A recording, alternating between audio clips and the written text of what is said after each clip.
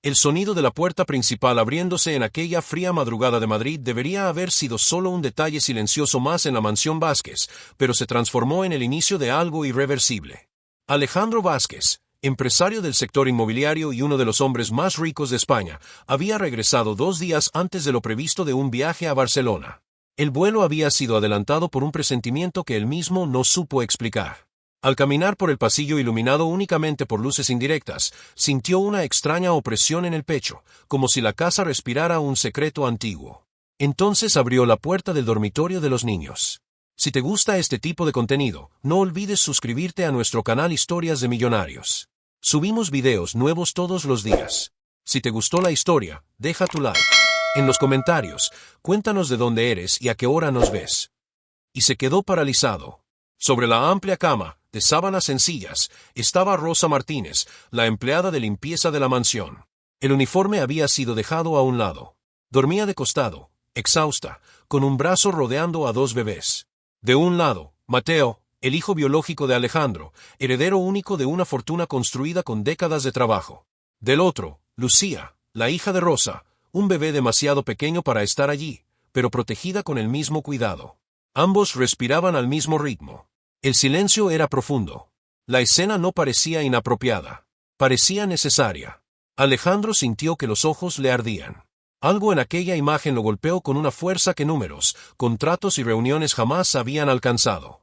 Había calor humano donde antes solo existía distancia. Rosa no era solo la mujer que limpiaba los corredores de mármol.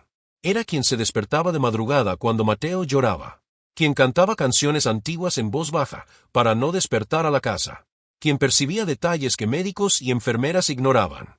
Mateo llevaba semanas enfermo. Crisis repentinas, desmayos inexplicables, un cansancio que no encajaba con un bebé saludable. Los mejores pediatras de Madrid daban diagnósticos vagos. Estrés. Fragilidad. Nada concreto. Y siempre, curiosamente, los episodios empeoraban cuando Verónica, la prometida de Alejandro, insistía en cuidar al niño sola. Verónica era elegante, educada, impecable ante la sociedad. Pero fría. Distante. Impaciente con los llantos y las rutinas. Rosa, en cambio, lo sentía todo. El olor de la leche. La textura de la piel. El más mínimo cambio en la respiración. Aquella noche, Mateo había llorado hasta quedarse sin fuerzas. Rosa lo tomó en brazos, luego Lucía se despertó asustada. Sin pensarlo, acostó a los dos juntos, ofreciendo el único refugio que conocía, su propio cuerpo cansado. Alejandro dio un paso atrás, con el corazón acelerado. ¿Por qué aquella escena parecía más segura que todo lo que había construido? ¿Y por qué, en el fondo, sentía que algo muy malo estaba ocurriendo en aquella casa? Alejandro cerró la puerta del dormitorio sin hacer ruido, pero la imagen de Rosa con los 2 bebés permaneció grabada en su mente durante toda la madrugada. A la mañana siguiente, observó la rutina de la casa con una atención inédita, como si estuviera viendo todo por primera vez. La mansión en La Moraleja siempre había funcionado como un reloj caro, silenciosa, precisa, impersonal. Los empleados entraban y salían, cumplían horarios, evitaban involucrarse. Rosa desentonaba de aquel mecanismo. Ella se quedaba. Mateo despertó decaído, con los ojos opacos y la piel más pálida de lo normal. Rosa fue la primera en notarlo. Le tocó la frente, olió el biberón incluso antes de calentarlo, frunció levemente el ceño. No dijo nada, pero cambió la leche por otra preparada allí mismo, con agua filtrada y movimientos cuidadosos. Alejandro lo notó. No era una intuición vaga. Era una atención construida en noches sin dormir. A lo largo del día, pequeñas señales comenzaron a acumularse. El niño rechazaba la leche preparada por la enfermera contratada por Verónica. Lloraba justo después de algunas tomas específicas. Vomitaba un líquido ralo, con un olor extraño, difícil de definir. Los médicos, consultados por teléfono, minimizaron la situación. Cólicos. Adaptación. Nada que justificara alarma. Aún así, Rosa lavaba cada biberón por separado, observando residuos casi invisibles en el fondo del vidrio. Verónica apareció al final de la tarde, vestida con una elegancia discreta, llevando flores costosas que nunca se acercaban al cuarto de los niños. Besó a Alejandro en la mejilla, preguntó superficialmente por la salud de Mateo, pero evitó tomarlo en brazos. Mostraba impaciencia con el llanto, incomodidad con el olor de bebé. Insistió en que Rosa volviera solo a las tareas de limpieza. Dijo que había demasiada gente involucrándose demasiado. Rosa bajó la cabeza, pero por dentro algo se inquietó. Sentía que Mateo empeoraba siempre después de ciertos cuidados.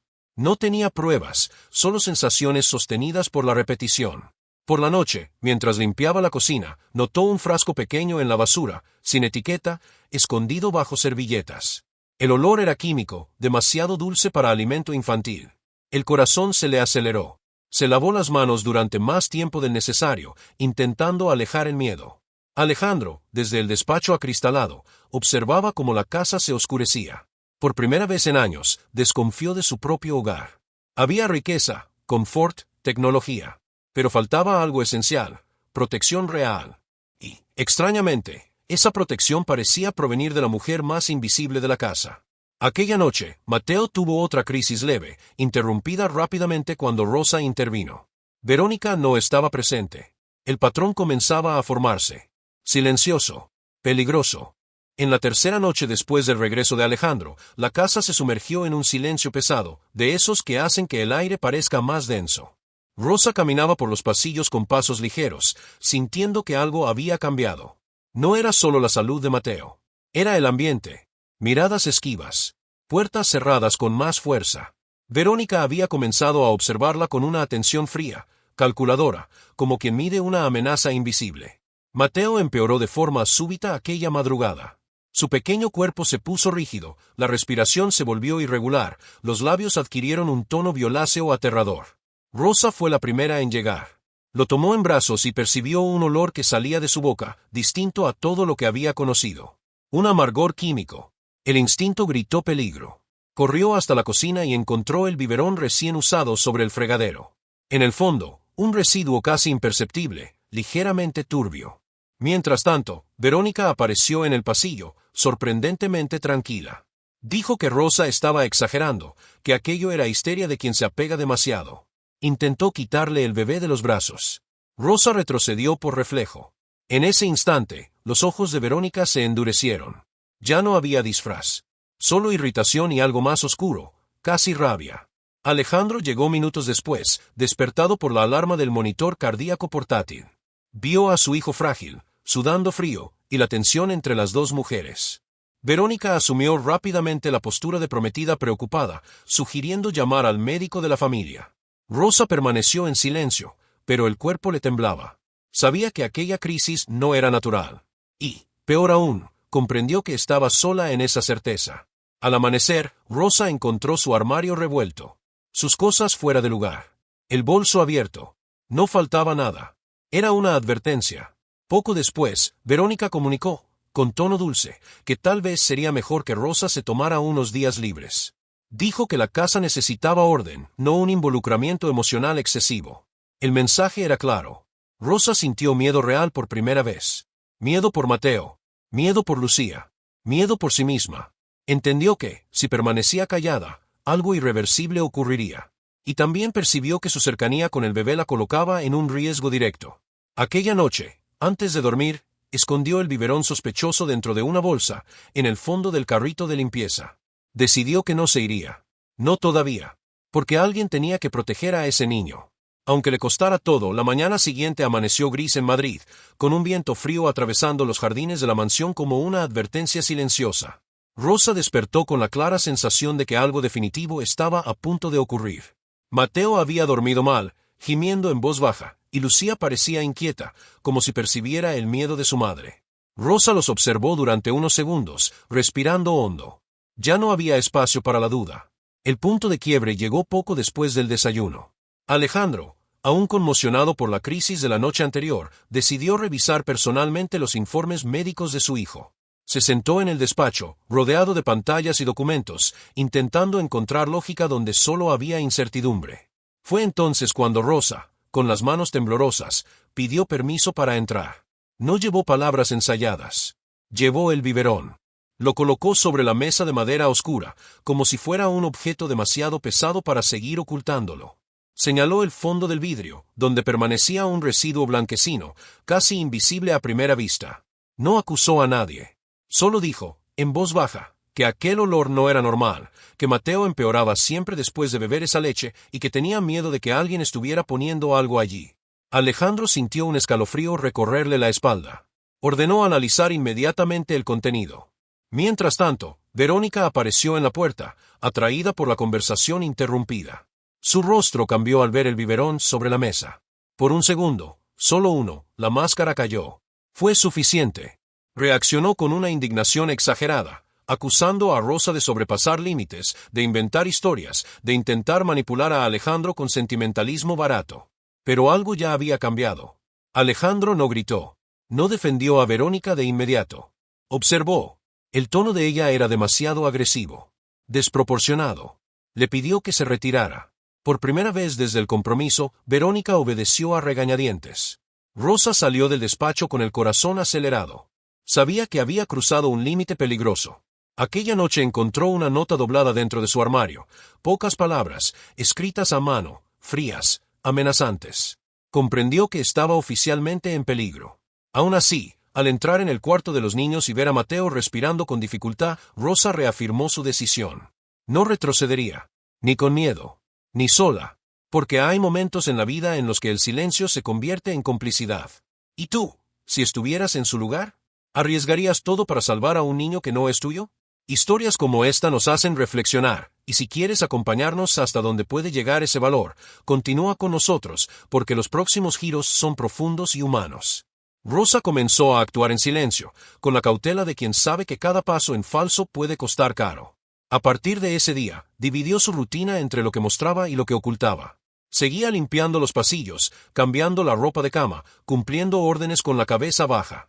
Pero por dentro estaba más alerta que nunca. Cada gesto de Verónica era observado. Cada objeto fuera de lugar adquiría significado. Comenzó por las cosas simples. Pasó a preparar personalmente todos los biberones de Mateo, usando únicamente ingredientes que ella misma tomaba de la despensa. Anotaba mentalmente horarios, reacciones, cambios sutiles en el comportamiento del bebé. Percibió que, bajo sus cuidados directos, las crisis disminuían. No desaparecían por completo, pero eran menos violentas. Aquello confirmó lo que su instinto llevaba semanas gritándole. Por la noche, cuando la casa dormía, Rosa revisaba discretamente la basura de la cocina y del baño social. Encontró más de un frasco pequeño, sin etiqueta, siempre desechado en los días en que Verónica pasaba más tiempo en la mansión. Los guardó envueltos en un paño viejo, escondidos en el fondo del carrito de limpieza. Sus manos temblaban, pero no se detenía. Sentía que estaba reuniendo piezas de un rompecabezas oscuro. Alejandro, por su parte, parecía distante, dividido entre la razón y la duda. El análisis del residuo aún no había regresado. Verónica continuaba representando la normalidad, pero ahora evitaba quedarse a solas con Rosa. La tensión se propagaba por la casa como electricidad estática. Cualquier contacto parecía a punto de provocar una descarga. Rosa también pensaba en Lucía. La idea de poner a su propia hija en peligro la aterraba. Consideró marcharse.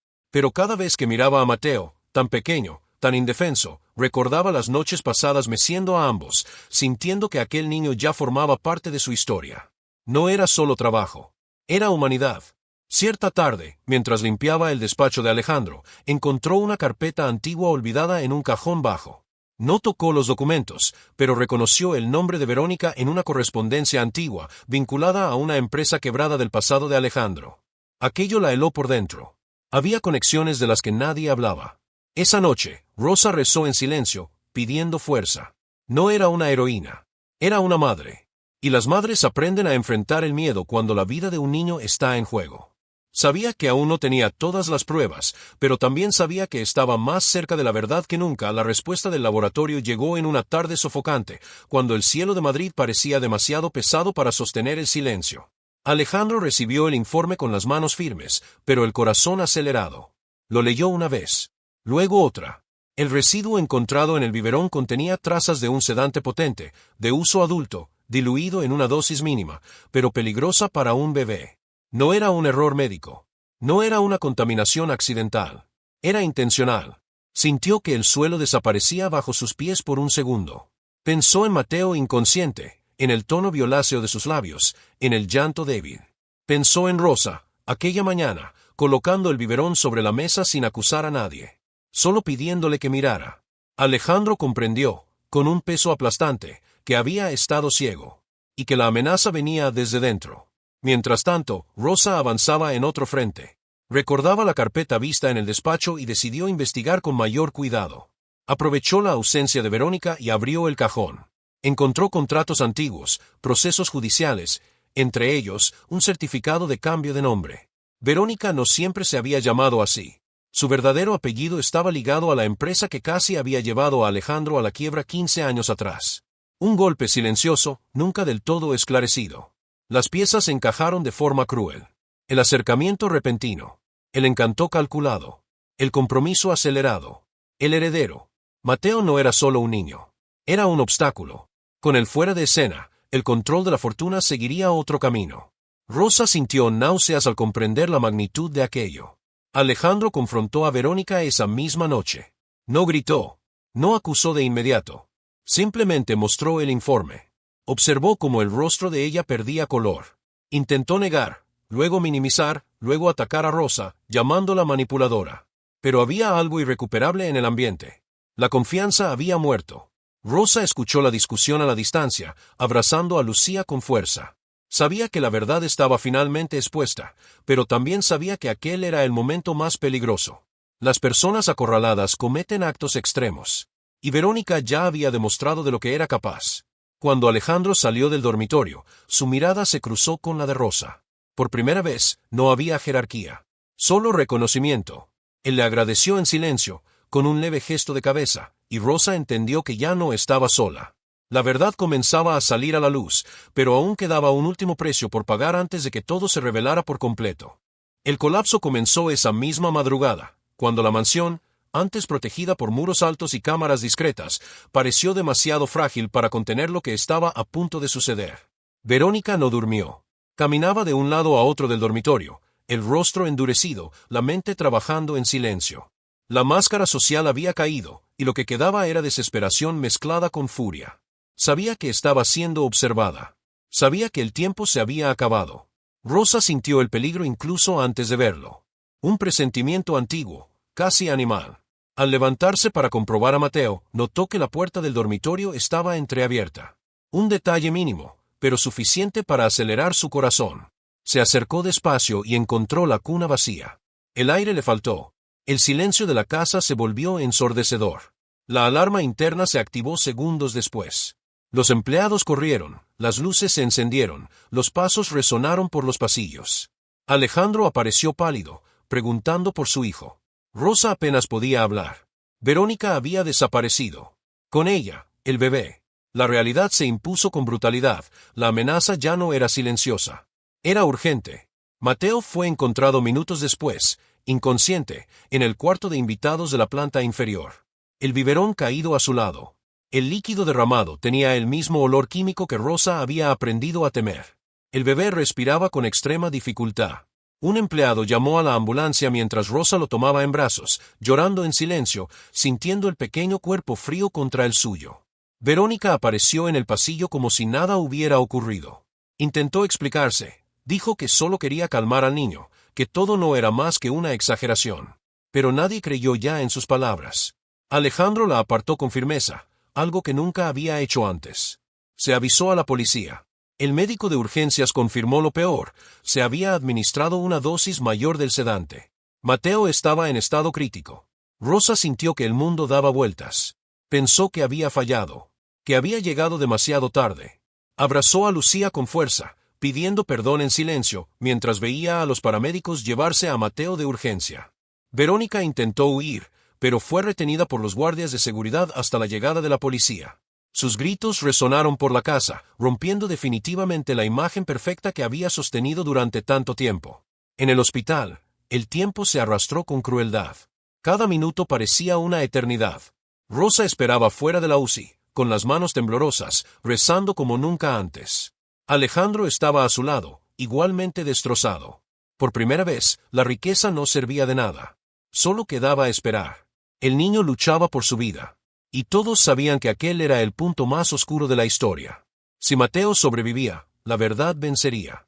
Si no, nadie saldría ileso de aquella noche. El hospital amaneció envuelto en una luz pálida, casi sin color, como si incluso el día respetara la gravedad de lo que estaba ocurriendo. El olor a antiséptico se mezclaba con el sonido constante de los monitores cardíacos. Mateo permanecía en la UCI pediátrica, conectado a aparatos que respiraban por él. Rosa observaba todo desde lejos, sentada en una silla dura, con Lucía dormida en sus brazos. El cansancio era absoluto, pero el miedo la mantenía despierta. El clímax comenzó cuando el médico responsable llamó a Alejandro para una conversación privada. Explicó que el organismo del bebé había reaccionado mal a la sustancia, pero que la rapidez en la atención había marcado la diferencia. Mateo estaba vivo. Aún corría riesgos, pero había esperanza. Alejandro lloró en silencio, apoyado contra la pared, un llanto contenido de un hombre que siempre creyó tenerlo todo bajo control. Poco después, la policía llegó con documentos, informes y registros telefónicos. Las pruebas eran contundentes. Los frascos encontrados por Rosa contenían el mismo sedante. Había imágenes de las cámaras internas que mostraban a Verónica entrando en la habitación con el biberón. Mensajes antiguos revelaban su verdadero nombre y su vínculo directo con el esquema financiero del pasado de Alejandro. Todo conducía a una única verdad: ella lo había planeado todo con frialdad. Confrontada en la sala del hospital, Verónica perdió el control. Intentó justificarse, dijo que el bebé era débil, que solo quería adelantar lo inevitable. Sus palabras helaron a todos. Ya no había dudas. La policía la esposó allí mismo, delante de médicos y empleados. La caída fue pública, definitiva, irreversible. Alejandro presenció la escena en silencio, el rostro marcado por la culpa y el alivio. Luego se volvió hacia Rosa. Tomó sus manos, ásperas por el trabajo, y le agradeció con la voz quebrada. Dijo que, sin ella, Mateo no estaría vivo. Reconoció que había sido ciego, distante, arrogante. En ese momento, los títulos y las fortunas no importaban. Solo la verdad. Horas después, Mateo mostró una mejoría significativa. Abrió los ojos durante unos segundos, respiró sin ayuda por breves instantes. Rosa volvió a llorar, esta vez de alivio. Sintió que todo el miedo, toda la soledad, habían valido la pena.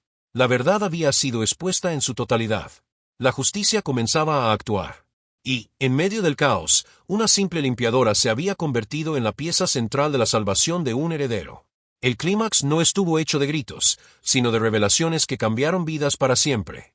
Los días que siguieron estuvieron marcados por un silencio distinto, ya no cargado de miedo, sino de recuperación. Mateo permaneció en el hospital una semana más, bajo observación constante.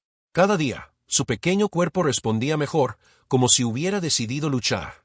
Rosa estaba siempre cerca, incluso cuando no era necesario. Se sentaba junto a la cuna hospitalaria, cantando en voz baja las mismas canciones que habían acompañado tantas noches difíciles.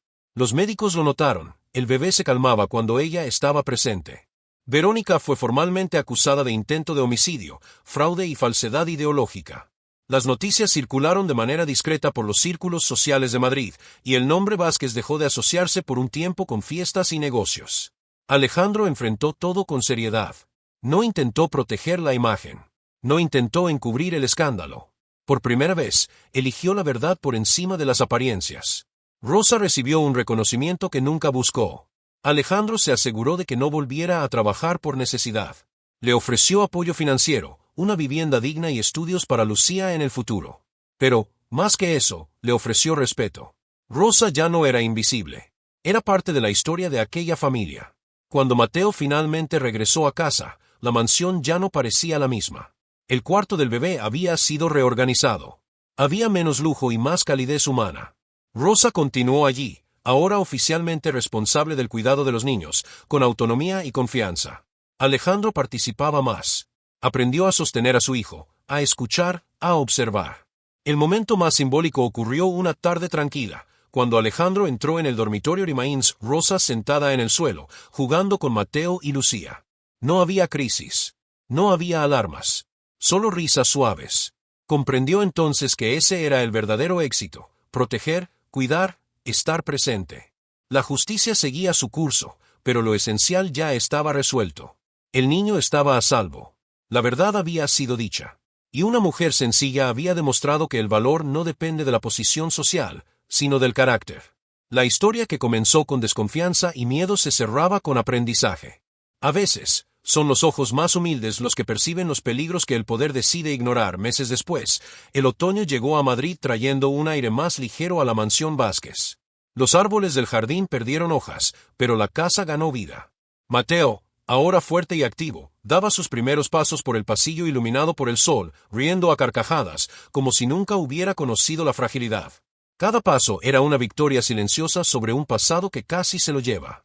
Rosa seguía allí, pero su vida había cambiado profundamente. Ya no era solo la empleada de limpieza.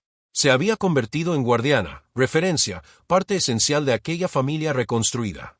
Lucía crecía junto a Mateo como una hermana. Dormían en la misma habitación, compartían juguetes, aprendían juntos.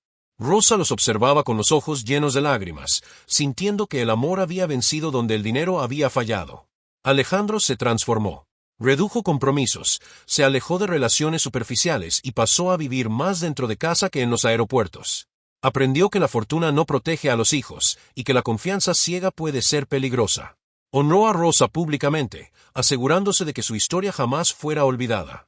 No por gratitud vacía, sino por justicia. Verónica esperaba el juicio, aislada, sin el brillo que un día había usado como armadura. Su caída sirvió de advertencia en los círculos sociales que antes la admiraban. La manipulación, cuando queda expuesta, no resiste la luz. La lección quedó clara para todos los involucrados: quien cuida de verdad es quien permanece, observa y siente. La intuición, cuando nace del amor, es una forma profunda de sabiduría. Fue ella la que salvó una vida.